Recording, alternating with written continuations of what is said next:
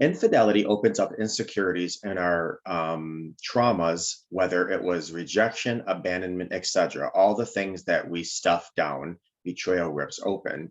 I'm going to give you a quick example. I was on a podcast the other day, and this lady was talking about how she actually told her boyfriend she was kind of done with their relationship. She says, I thought I did it amicably, civilly, respectfully, but long story short, he wound up getting into her car and crashing into her house.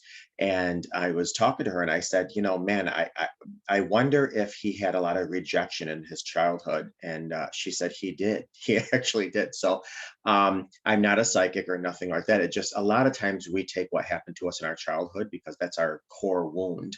And if something touches that, it's very sensitive. It's what do I call it? A psychological sunburn. If I go up to you right now and tap you on the back and say, "Hey, how's life?" You're gonna say, "Hey, A, B, and C." But if you have a third degree or a sunburn on your back, and I say, "Hey, how's life?" and I tap it, you're gonna react a lot differently. So those core wounds, man, they touch them and they're sensitive. So insecurity is about fear, and nowhere is this more common than in romantic relationships. And most certainly it shows its ugly face after betrayal.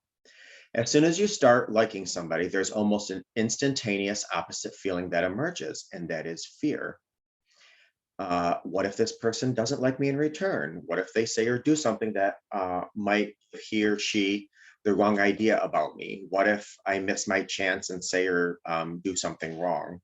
And then as you fall in love, the stakes get higher.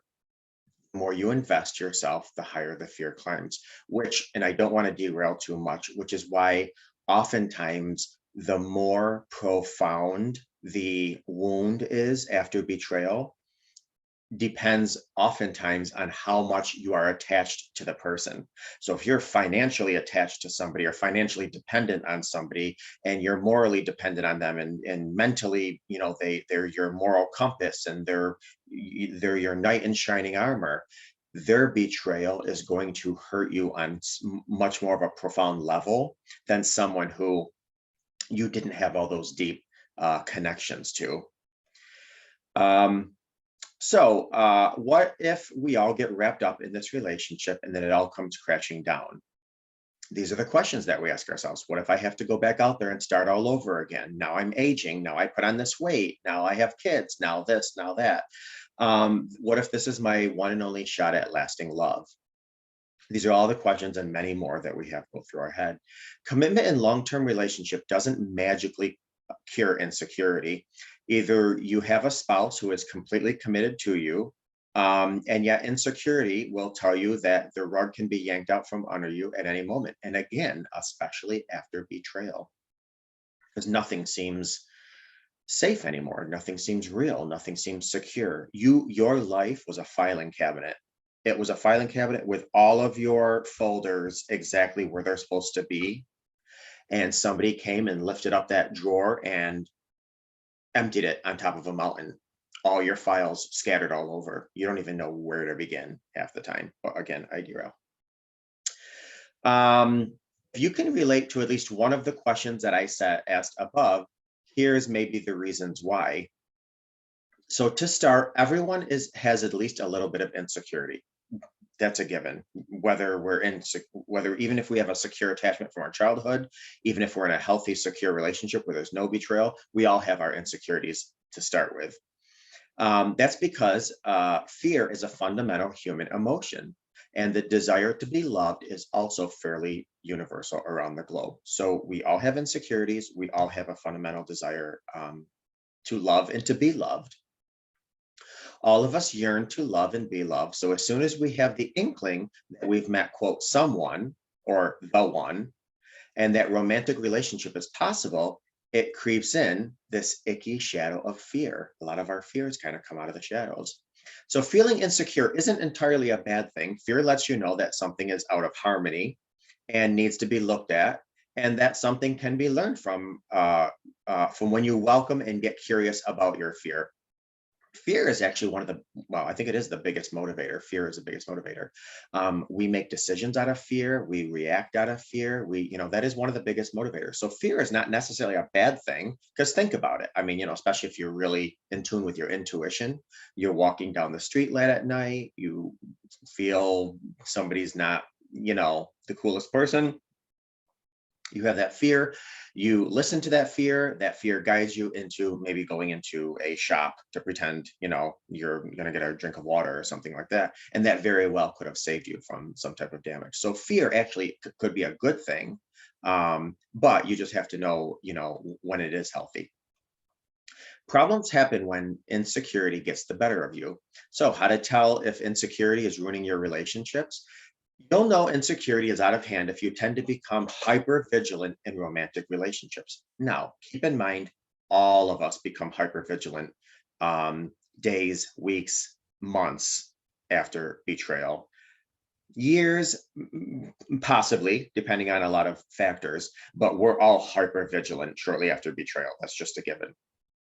So I'm probably not talking about necessarily this time, this phase, this stage, but if it persists, then it's a concern that we maybe need to address.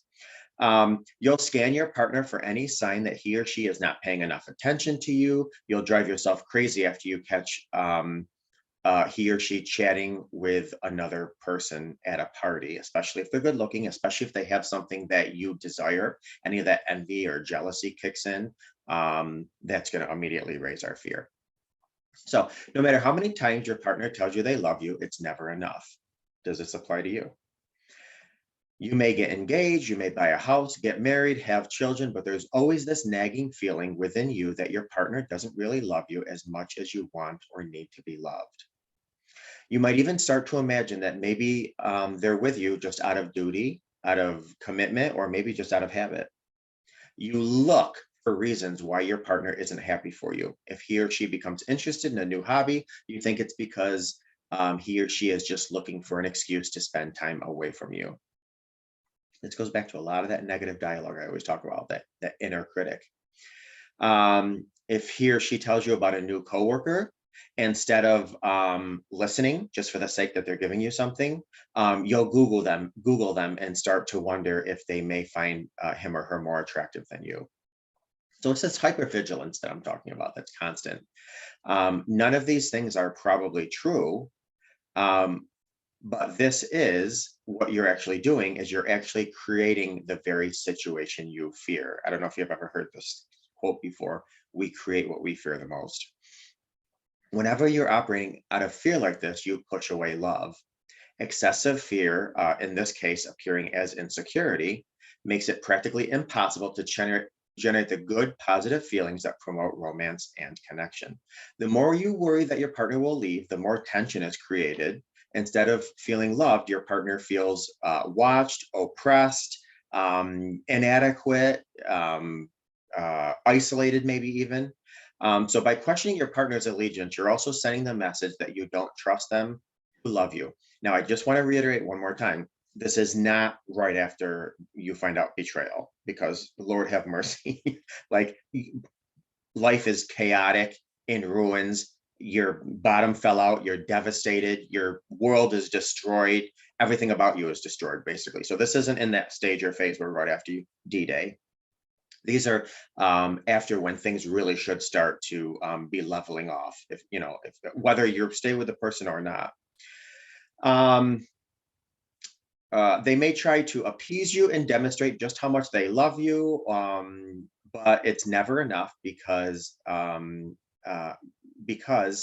it's a tiring way to live for them, and or if you're the person on the other side, they're an empty hole that cannot be filled, no matter how much goodness you shovel in there. So the only cure for crippling insecurity, which I will go into, when insecurity is steering your relationships, you have to be sure of one thing: you don't love yourself. Now, this is what's interesting, because one of the things I tell people all the time when they tell me, he told me or she told me they love me, and how could they do what they did if they tell me they love me, and if they love me, and I always tell people, Because of dissociation and compartmentalization, I don't want to get into all that stuff. Because of all that, especially with addicts, but certainly with people who are unfaithful as well, they don't cheat because they don't love you. They cheat oftentimes because they don't love themselves. But that's neither here nor there. Um, on the surface, it may seem that insecurity is about how you relate to other people, but it's really how you relate to yourself. So a lot of times we are insecure because we lack love. Now, don't conflate this with what I just said. That doesn't mean you're going to go be unfaithful because you don't love yourself. Right? This just talks about relationship insecurity. Um, if you don't truly believe you are lovable exactly as you are, and you are worthy, you have been worthy, you will always be worthy, you won't give love to yourself first. You're rejecting your core self. And because of this fundamental discrepancy, you'll automatically fear rejection by other people. If you didn't understand that, please stop the video and rewind. So until you commit to loving yourself and loving your fear, and not abandoning yourself, you will never be fully happy in a romantic relationship. So get to know yourself, get to love every aspect of yourself, including your fear. Doesn't mean there's not room to grow. Doesn't mean there's not room to improve, but it starts with a fundamental basic of loving yourself and respecting yourself. The way to put an end to this debilitating predicament is to completely take the focus off of your romantic partner and put it squarely on yourself. You must, above all else, commit to loving yourself first, no matter who sticks around. So again, this is with your marriage, with your significant other, with your partner, or with yourself, because you'll always have three people when you have yourself, two of your best friends, you, yourself, and I, well, me, myself, and I. So remember that. The beautiful irony is that as soon as you do this, you discover the other people can't get enough of you. I mean, think about it. How many times do you go to a social event, a party, and somebody is there that exudes self-confidence? Well, all of a sudden the crowd starts gathering around them. I mean, people are really attracted to that. So the fastest path to a secure relationship, is to learn how to love yourself first.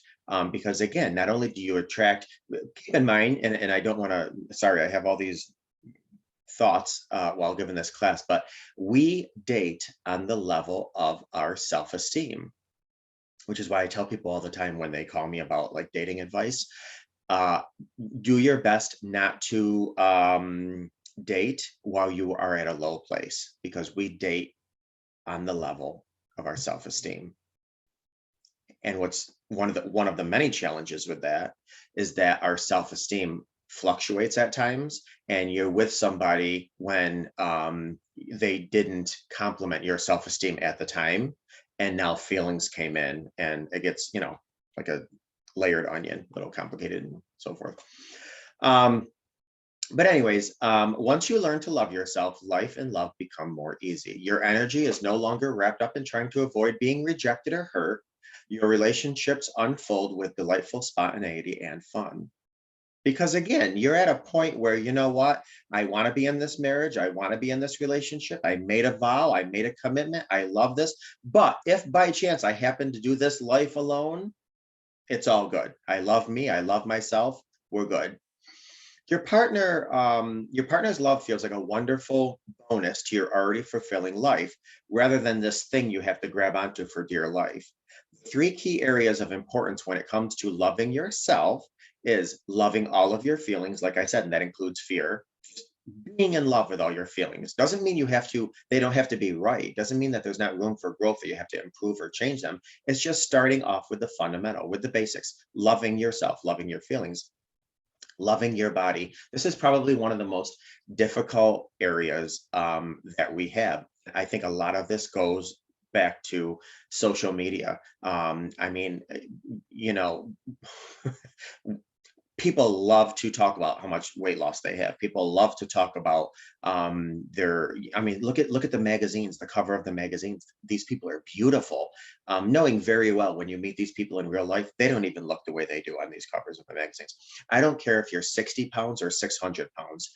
Love every layer of every inch of your body. Be in love with it. It's yours. Now, if you don't like to be 60 pounds and you want to improve, improve. If you don't like to be 600 pounds and you want to change it, improve. But as is, love your body. then work on improving it in any way you want, but love it first. Then love yourself in relationships. Listen, are you a perfect person? Absolutely not. There's what, 7 billion people on the face of the earth? Nobody's perfect. But love yourself in relationships, no matter what. Because just like your weight, just like everything else, there's always room for improvement. But let's start with the basics. Love yourself in your relationships. These are the three areas that people experience the most resistance when it comes to self love. Yet these are the areas where you need to love yourself the most. Once you learn to love your feelings, your body, and your relationships, you'll feel insecurity loosen its grip. So instead of this hypervigilance, because we're always trying to satisfy what we lack, we give ourselves love that kind of removes that lack. Now, that said, insecurity is compounded and complicated, especially after betrayal. We have to rewire our self esteem based on how God or the dignity of your own self worth um, is, not based on how you perceive your spouse sees you. Especially because after betrayal, that's one of the first things we think about. Oh, was my chest not big enough? Is my butt too big? Is my breath smelly? What is it about me? So that's when we start having serious complexes of our own body after betrayal. Which and at some point, maybe I'll give a class on this, but I was just talking to this lady the other day, not somebody here from PBT, from outside, and she said, what did she say? She said, oh, that's what she was talking about. She was just like, I just feel ugly. I feel this and I feel that. And I said, listen, you cannot compare yourself to a chemical. Simply put, your husband acted out after we had a conversation. I kind of came up with this based on why he acted out, when he acted out. I said, your husband acted out because he was filled with adrenaline. If it was a one-eyed purple monster, it wouldn't have mattered. Adrenaline was what really made him, gave him direction, momentum, to do what he did. Didn't really matter what the person looked like. But what are we going to do? We're going to go and look at this person, compare our hair and our eyes and our eyebrows and our this and our that. Well, what you're doing is you're comparing yourself to a chemical, adrenaline. It makes no sense. But anyways, you don't need your spouse to affirm you. You need to be confident in your own self affirmations. Simply put, some of the ways to combat betrayal insecurity are: number one, remember that you're not alone. I read a study the other day, and I think it said 40% of all marriages have some significant betrayal. And when I mean significant, that means like, intense emotional affair, some physical cheating, blah, blah, and up to as much as 75% of all couples and relationships have some type of broken vows, broken trust. That could mean like, simple flirting with a coworker, which some might even put into that category of, a major cheating. But just know that you're not alone. Stop your inner critic. I already covered this. I mean, I said this 1,000 times and I'll say it again. Don't believe everything you think. Know that it had nothing to do with you. Really had nothing to do with you. And if you're told, well, you put on so much weight after our kids, or you ignored me, or you did that, wonderful. These are all symptoms of marital issues. You had nothing to do with the decision to step outside the marriage. 4, getting help and prioritizing self-care. This has probably been said umpteen times, every other class that you watch. Focus on the future, which could be difficult. It can be difficult, especially if you're in that stage and phase where you're still uncertain about where things are going, if you're with the person.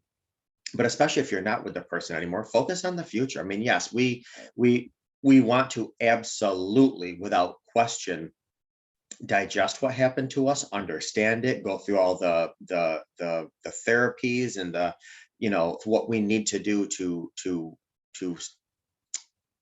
dissect this, but make sure you're not simmering, as Debbie says all the time, you're not stuck. Change up your social media. I mean, so many times we're just, we're in the rut of what we see, or maybe we're